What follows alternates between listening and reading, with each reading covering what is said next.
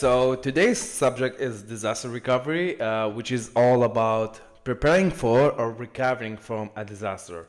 So in this video, I'm going to explain a disaster recovery options available on AWS. And it's important for us to have a high level understanding of these options when we are designing a fault-tolerant, high available AWS solution architecture. All right, let's dive into it. As the first step, let's try to understand what RPO and RTO is all about, and then dive into DR scenarios on AWS. So both these terms are sort of benchmarks that we can set before we set up a DR system for any application that is going to be deployed in the cloud. So let's start with RTO, which is a recovery time objective.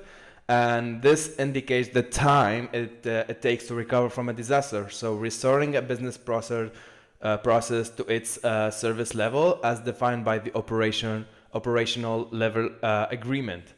For example, if a disaster occurs at 12 p.m. noon and then the RTO is 4 hours, the DR process should recover the system by 4 p.m. On the other side, we have RPO, which is the recovery point objective. So this is the acceptable amount of data loss measured in time. And as an example, if a disaster occurs at 12 p.m. and the RPO is 1 hour, that means the system should recover all its data that was in the system before 11 a.m. That means like the total data loss is only 1 hour between 11 a.m. and 12 p.m. Okay, so moving on, for the disaster recovery scenarios in AWS, there's basically four scenarios identified in AWS. Among of these have high RTO and other have lower RTO, and it's always good to understand how we can minimize the RTO and what level of commitment is needed to achieve those levels. We have backup and restore, which is data is backed up and restored. Pilot light, only minimum critical functionalities. Warm standby, fully functional scaled down version. Multi-site active, which is another fully functional site. So out of these scenarios, the multi-site active has the lowest RTO, and the backup and restore has the highest RTO. So in these scenarios, what we call primary infrastructure as the site where the disaster happens is the secondary infrastructure as the recovery infrastructure. So primary could be either on-premise or AWS infrastructure, and the secondary would be always AWS. Okay, let's start with backup and restore. So there are multiple backup options available. We have AWS S3, which is an ideal destination for backup data that might be needed to quickly perform a restore. We have AWS Glacier, can be also a conjunction with S3 to produce a tiered long-term backup solution. We have AWS Storage Gateway, which enables snapshot for your on-premise data volumes to be transparently copied to S3 for backup. We have AWS Backup, which is a fully managed service that makes it easy to centralize and automate data protection across different AWS services in the cloud and on-premise. This is an example for backing up on-premise data to AWS using AWS Storage Gateway, and just like transfer the data from the data center, from the corporate data center to S3 over the internet, or we can use AWS Direct Connect.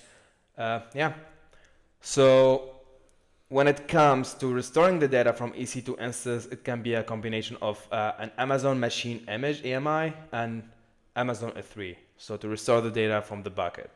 And this is an example of an architecture for restoring data from S3 to EC2 instances. So let's move on to the second option, which is Pilot Light. So the secondary environment is running only the most critical core infrastructure. So when the time comes for recovery, you can rapidly provision a full-scale production environment around the critical core. And the pilot light method gives you a quicker recovery time comparing to the backup and restore method, because the core pieces of the system are already running and are continually kept up to date. So for example, in this diagram, the database is up and running, and the other two components, reverse proxy and application server, are not. So for us to recover the inactive components and to scale up running components, you can adhere one of the following steps. So you either go start your EC2 based on instance from any customized AMI, scale up the database instance if required, add any failover features to both inactive and active components like multi-AZ, and point the Route 53 DNS to the secondary side. Take this diagram as an example. As a disaster has struck, the primary side is down, so we route the traffic with Route 53 to the secondary side. And yeah, the inactive components are built from AMI, and finally all the components are scaled up for production use. Moving on to the third option that we have, warm standby. So the secondary, which is the backup environment, is running the same infrastructure as the primary one, but in a smaller size component to reduce the cost. So if the primary infrastructure has an extra large EC2 instance, the secondary would run a medium-sized EC2 instance. Here's a diagram for example. So we have an active production traffic and not active for production traffic. So both are running, like both sites are running, but the second one would be run on a smaller size to reduce the cost.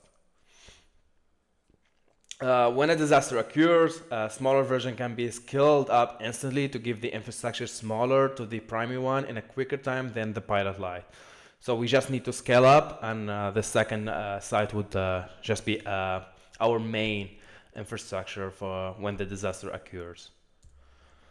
And the fourth option, which is multi-site active, yeah, the secondary, which is the backup, is a exact copy, like structure, size, and service running on of the primary site. And this allows us to give us the best performance, high availability, and the best recovery time compared to the other DR scenarios. The cost here is exactly the double of the primary infrastructure.